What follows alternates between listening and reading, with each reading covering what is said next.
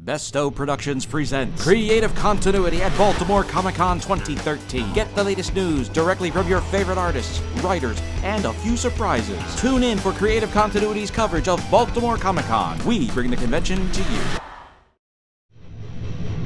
Talking with writer and artist Ray Fawkes. Can I ask you how you got started in comics? I started out with the self-publishing. You know, I did the do-it-yourself. I did these little 8.5 by 11 folded in half minis. You know, and sooner or later, eventually, a few years out, some smaller publishers started picking me up, and then get up to companies like DC, Marvel. You know, I did a book called The Apocalyptics with Cameron Stewart for Oni Press a few years back, and that was sort of my first big thing, you know, and a book for DC Vertigo called Nemivore with Mike Huddleston, you know. So those were the first sort of big deals. So that kind of broke you into the barrier of getting paid for doing my work, you know.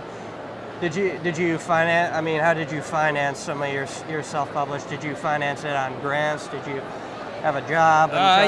Most of it was just off the day job, you know, just set a little money aside and put together, like, you know, when you're photocopying your own books, it doesn't cost that much. Recently you've been doing JLD. How'd you mentioned that you've been friends before with Jeff Lemire for a couple of years. Oh yeah, no, well, that, me and Jeff, we both come from the do-it-yourself sort of self-publishing world, and we knew each other from those days, you know, and he was bouncing stories off of me, and he got stretched kind of thin on a number of books he was working on. He asked me to come on board and help him out, and I did, and you know, there you go, off to the races. What do you feel you've been bringing to the book? I know you guys are ending it with Jay, Mr. DeMatteis taking over.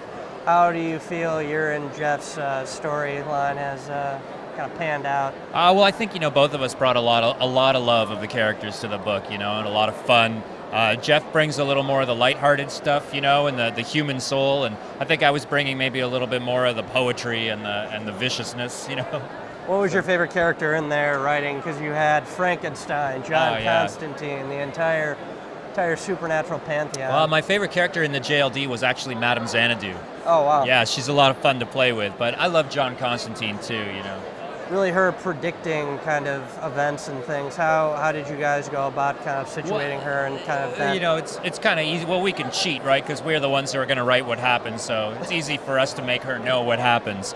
But you know, it's fun to write about somebody who knows what happens and doesn't want to let other people know, because it weighs heavy on her, right? So what's cool about her is when she knows things are going to go wrong, she doesn't want to tell people, but you can see how it affects her, right? Yeah. Well, you know, with the New 52, we wanted to make John maybe a little bit younger and a little bit more aggressive and more adventurous. So One of the things we decided to do is make him a traveler, right? That he goes around the world a lot. And you actually see, if you're reading the book, you can actually see that he actually can't go home to London. London is trying to kill him for all the bad things he's done.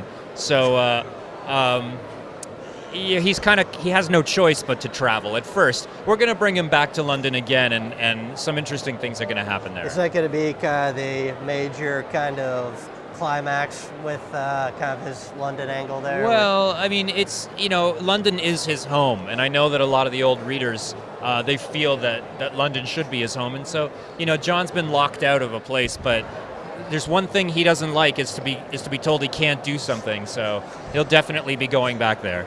You seem to really have nailed his voice. Oh, well, thanks. How did you do that? Well, I mean, a part of it is I know I personally am a longtime Hellblazer fan, so, you know, reading it all the way back to Jamie Delano's work and all that, I feel like, you know, maybe after 300 issues I might have a little familiarity with his voice. But also, I did a bit of research, and I watched a bunch of stuff about sort of working class British, mostly criminals, to be honest, because that John technically is a criminal. And to make sure I had a voice that sounded legit, you know. I just want to talk a little bit about Shazam. What made you want to turn him into Captain John Constantine? Well, it was more like I wanted him to try and take one of the heroes in Trinity War off the board. And we knew that Shazam is going to play a big role in the story, so I thought it was a perfect match to have, you know, John, the sort of seedy con man, versus Billy Batson, the 13-year-old sort of streetwise kid, you know. Yeah, and just this purity to him. Yeah, I would say so. Yeah, and I just thought that was sort of a perfect fight to have happen. Yeah, now he's corrupted by Pandora, and right now he is. Yeah. What's coming up for Constantine? He's still traveling. He's going to keep traveling, and his conflicts with some of his enemies are reaching a breaking point. And then, well, I think everybody knows that Forever Evil is going on now in the DC universe. John, true to form, is, I would say, one of the people who managed not to get killed by the crime syndicate, and he's got a lot of work to do, and he's in a world without any heroes to help him out. How did you get on Pandora, might I ask? Well, when Trinity War was being planned, we knew that Pandora was going to play a role ever since the end of Flashpoint and then the start of the New 52. So there was kind of an idea to have a new series about Pandora. I sort of pitched this like 10,000-year-old ninja killer, basically, which I guess was different from what a lot of people were expecting. I think people wanted someone sort of, or were expecting like a ghostly, sort of sad, melancholy character. Instead, they get this really angry, really tough woman, you know. For many thousands of years, she thought that the destruction of the box would end her curse. She's about to learn that that's not true, so she's going to try and find out more about the box and about herself, and ultimately, too, she is caught in this world where the villains have taken over, and if there's anything she hates, it's evil.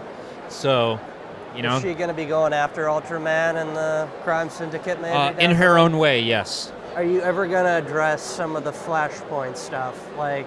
Because she was basically responsible for the complete New 52. Are you ever going to play with that a little bit come down the road? I have to be really careful answering this question so I don't give anything away. I don't want you to. Yes, I intend to address it. That's all I can say. I think the hints that I gave before are as far as I want to go. So the question that I've always been considering is, once Pandora was involved in reconstructing the universe, is she still the same Pandora that she was then? Well, I think that's something to think about. I'm totally happy where I am. You know, Constantine, Pandora, they're running smoothly, and I hope people enjoy them. Thank you, sir. I very much appreciate it. Thank you. This is Tommy Zimmer for Creative Continuity at Baltimore Comic Con 2013.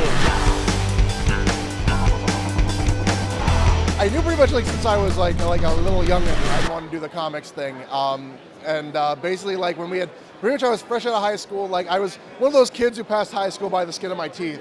So like, you know, I couldn't really do art school. I couldn't afford it. I didn't have any scholarships or anything. So, you know, I pretty much like taught myself how to do comics properly, and I thought I wanted to go in like the print, you know, like the front door, like, you know, like try to get a job at like Marvel or DC or something. But like, as you can see, I have a very cartoony style, and like I get like, when I was first starting out, it was very heavily anime influenced. But you know, I would try to like submit to like the big companies, and they're like, yeah, your stuff's a little too cartoony, a little too anime. So I go to so at the time, like Tokyo Pop was a big company. So I go to Tokyo Pop. It's like, yeah, your stuff's a little too American looking. So I realized that if I wanted to try to get into comics, I had to try to sneak in the back door, and the biggest back door is webcomics. So yeah, I started my own company. At the time, it was Severed Limb Studios, right out of Baltimore. We would do the Baltimore Book Festival and do stuff there. At the time, we were thinking, oh well, you know, I'll print my own comics as webcomics. That's not going anywhere. But I'm sure like Xeroxing, you know, books in your basement. That's the road to stardom right there. We learned really quick that was not the case. There was some stumbling blocks that way. So then we started doing the Interrobangs thing, and I learned. I just started like putting your stuff out there, like on DeviantArt and like the big art websites, like where people go to look for art. I did work for Nickelodeon Magazine, doing like Go or Go Comics. I actually got that through my editor at the time finding me on DeviantArt. So that was really cool. And so we used like the audience we built there to check out our other, you know, like we'd reel them in with like stuff like the Sucks Me Ouija, like the parody stuff, and with like the fan art type stuff. But then, you know, once you reel them in, then you're like, well, I also do this. I'm very lucky. I've got like a very round, like cartoony, like fun, bright style, and kids love it, and adults feel really comfortable with it. So like we get like a really diverse crowd, and like people who aren't normally into comics will see like, you know, our stuff and get really excited about it, and like, you know, we'll sell people on that. Or people have seen that of the Avengers print, the Avengers Booty Assemble. Like, that's been drawing people who otherwise wouldn't be into my work. Nintendo fans are really also a really diverse bunch, and I'm lucky that they've got a pretty low threshold for like, hey, if you got Nintendo, we'll give anything a shot. So like, I was worried like, oh man, what if this sucks? And they don't like it. It's like, oh no, like, you've got Nintendo in it, we'll give it a shot, and if it's really good, then we'll really like it. I'm a significant portion of the creative end of this. With like stuff like Ensign Must Die, like Claire from Toronto, she's the writer for that, and so we've been collaborating on that. Sarah is like the business end of the relationship. She also helps with inking on like Trigger Star and some of our earlier stuff, and she does Spinks, which is a little adorable little webcomic, fat things with tiny feet. They don't speak, but they have awesome hats. And like I said, she handles a lot of the like editorial duties and like mostly the business end of stuff. Like, I'll tell you, or anyone who's watching, if you're trying to get into art, either take business courses or get engaged with someone who did. Because yeah, like knowing the business end of the art world makes things a lot easier. If you can't manage your money doing the freelance thing, then you're doomed before you start. So like, you know, talent is one thing, but also knowing how to like, you know, how to do the business end of it is equal to, if not more important. And so right now the big things, we are again, secret project involving the website, but we got the third and final Ensign Sue book. But then from there, we got a bunch of original projects that we're working on concept stuff for now, that I'm hoping to have in like, you know, like a lot of again, like we got people reeled in with our parody stuff, and I like to show them our chops on more original projects. Well, you know, that's sort of one of her greatest fears, you know, is that all of a sudden everything's going to catch up with her. So, you know, honestly, it was a lot of fun to do it.